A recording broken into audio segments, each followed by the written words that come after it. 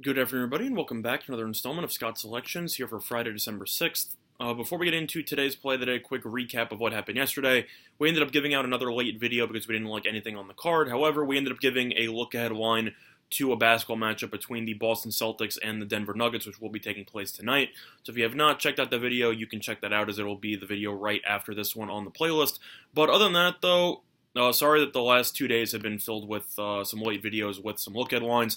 Really didn't like the card. However, there is one matchup that I like today on Friday in the NBA that I will be giving out as play of the day, and that will be a matchup between the Orlando Magic and the Cleveland Cavaliers. And we actually like the Orlando Magic on the road to get the job done, and that line is available at -3.5, which is available at -112 on DraftKings.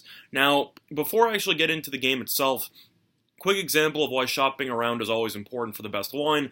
DraftKings currently has Orlando at -3.5 at -112, and FanDuel currently has Orlando at -4.5 at +120.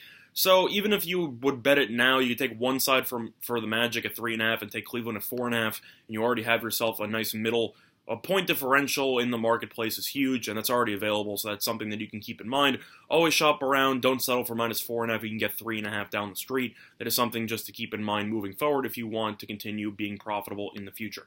Now, for the actual matchup itself, these two teams have been, well, Cleveland's been absolutely terrible. There's no way to sugarcoat it. They've been one of the worst teams in the entire Eastern Conference, and Orlando has been I'd say middle of the pack. They're 10-11. They have won 3 straight, and in each of their last 2 games, they have scored at least 127 points. So they have been really good lately, especially on the offensive end. Cleveland, on the other hand, has looked like they've already quit on Coach John Beilein his first season since coming over from Michigan. Cleveland has lost 4 straight games. They got blown out against Detroit in their last game at home by 33 points.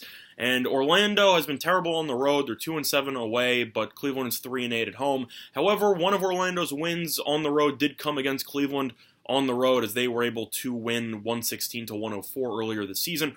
These teams have actually already played twice. Orlando has won both games by at least 9 points, and I simply just think Orlando is the much better team at this point in time.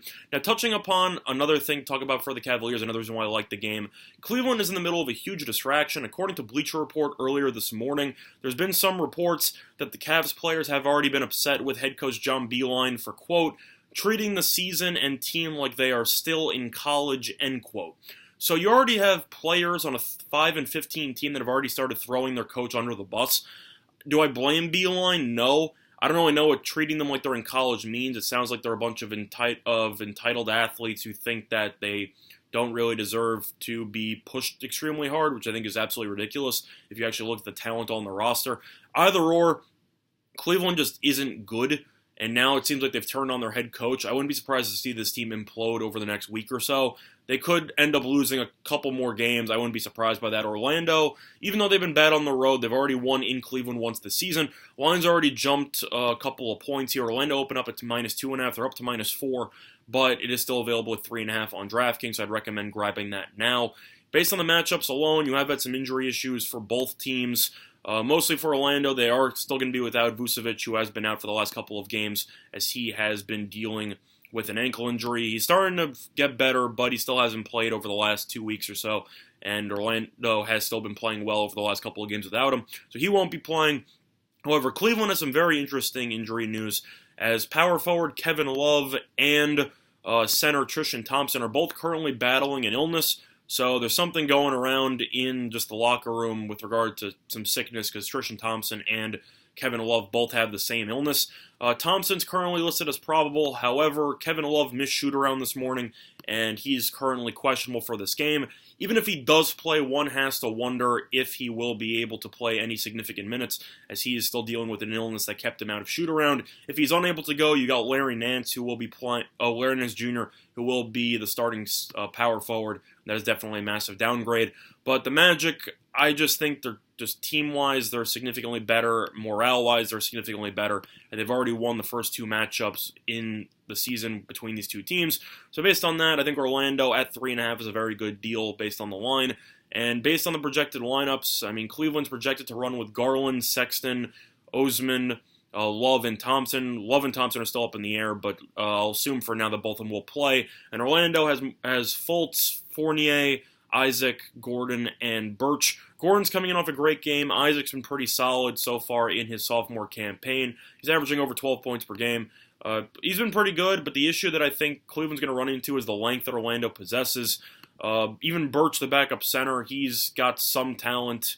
He's okay, but overall, Cleveland, I just question this team's focus right now with the issues with the coach, with the illness, with all just the team losing 4 straight. I'm going to go with Orlando here. I think Orlando should be able to get the job done.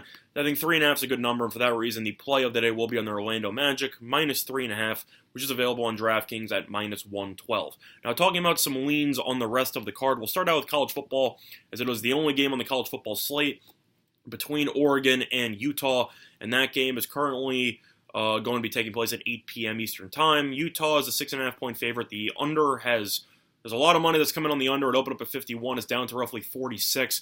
Mostly weather. It's supposed to be really bad weather conditions, so people are going to think that this game will turn into a very low-scoring affair. Based on the game itself, I think 6.5 is a lot of points, but I really just don't like Oregon at all for the most part. This team with Cristobal, they've been okay, but it seems like they always fail whenever they have some step-up games. Utah has been dominating every team that they've faced over the last month or so, and ever since they lost to USC earlier this season on the road, Utah has looked like a well-oiled machine. I think Moss is just a very physical runner. I think he should be able to go for over 100 against Oregon. I think you could look for a player prop potentially based on the weather, but as I expect both teams to run the ball. I'm not a big Herbert fan from Oregon. I think he's a pretty talented quarterback, but I think he's overrated just based on watching him play.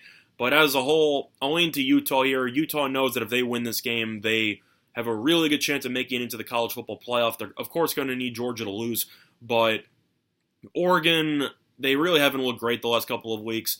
They lost to Arizona State on the road. They struggled against Oregon State, but they were able to pull away with a victory in that one.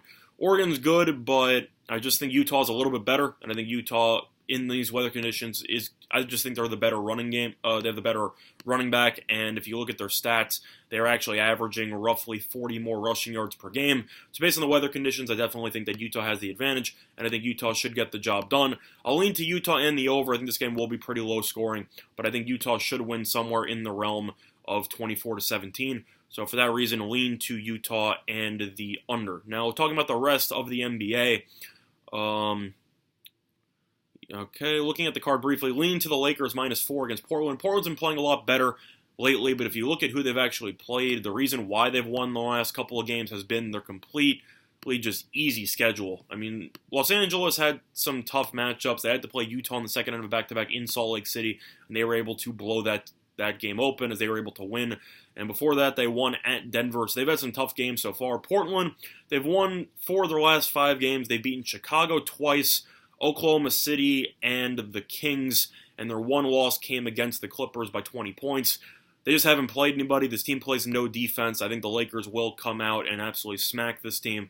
I think the Lakers should win by 10. I think Portland will keep it close for a while, but I expect the Lakers with Davis and LeBron to just be a little bit too much on the offensive end while playing solid defense.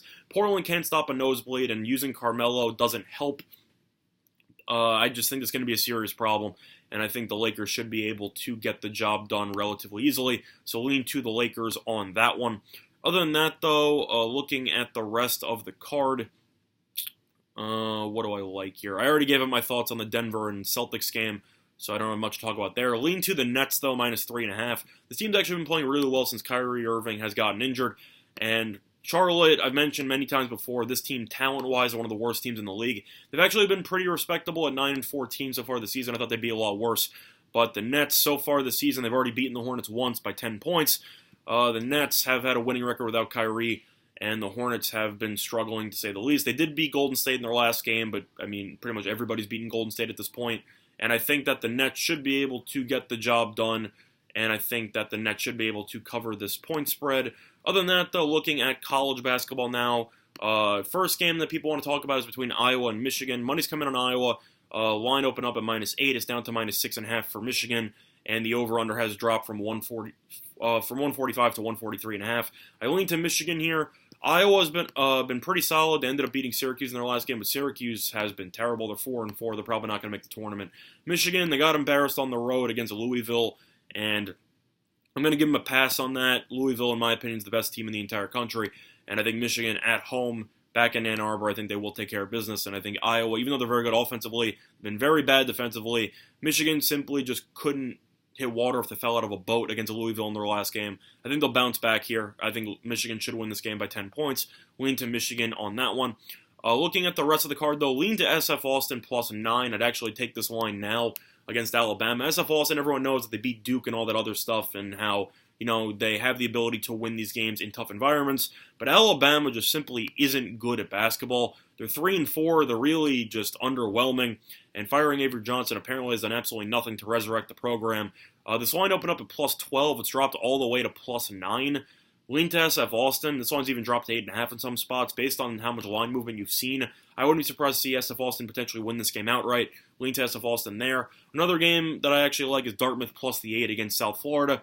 Both these teams simply can't score, and based on the total itself being below 120, I think you should see an absolute rock fest. I think both teams should end up somewhere in the 50s. I just don't think South Florida's going to score enough points to cover the spread. I think Dartmouth is a live dog in this game. The line has actually jumped towards the over from 119 to 121.5. But when the opening line is below 120 and you have one team laying 8 points, I just think that's too many points to cover. I think this game will be in the 50s or 60s, and I think Dartmouth will be able to score enough points to cover the spread. I think Dartmouth has a chance to win the game outright, as South Florida really hasn't looked that great lately. But I'll lean to Dartmouth. They've lost their last 2 games to Georgia State in overtime on the road and against Bowling Green on the road. Really not that bad of losses there. Bowling Green's probably favored to win the MAC this season, and that game was relatively close. Lean to Dartmouth. I think they have a chance to potentially win the game outright. Other than that, though, not much else to talk about on today's card. Play of the day, once again, is on the Orlando Magic -3.5, which is available at -112 on DraftKings. Other than that, though, that's going to over the installment of Scott's Selections here for Friday, December 6th. Good luck to all of you and your respective bets today. Bye, everyone.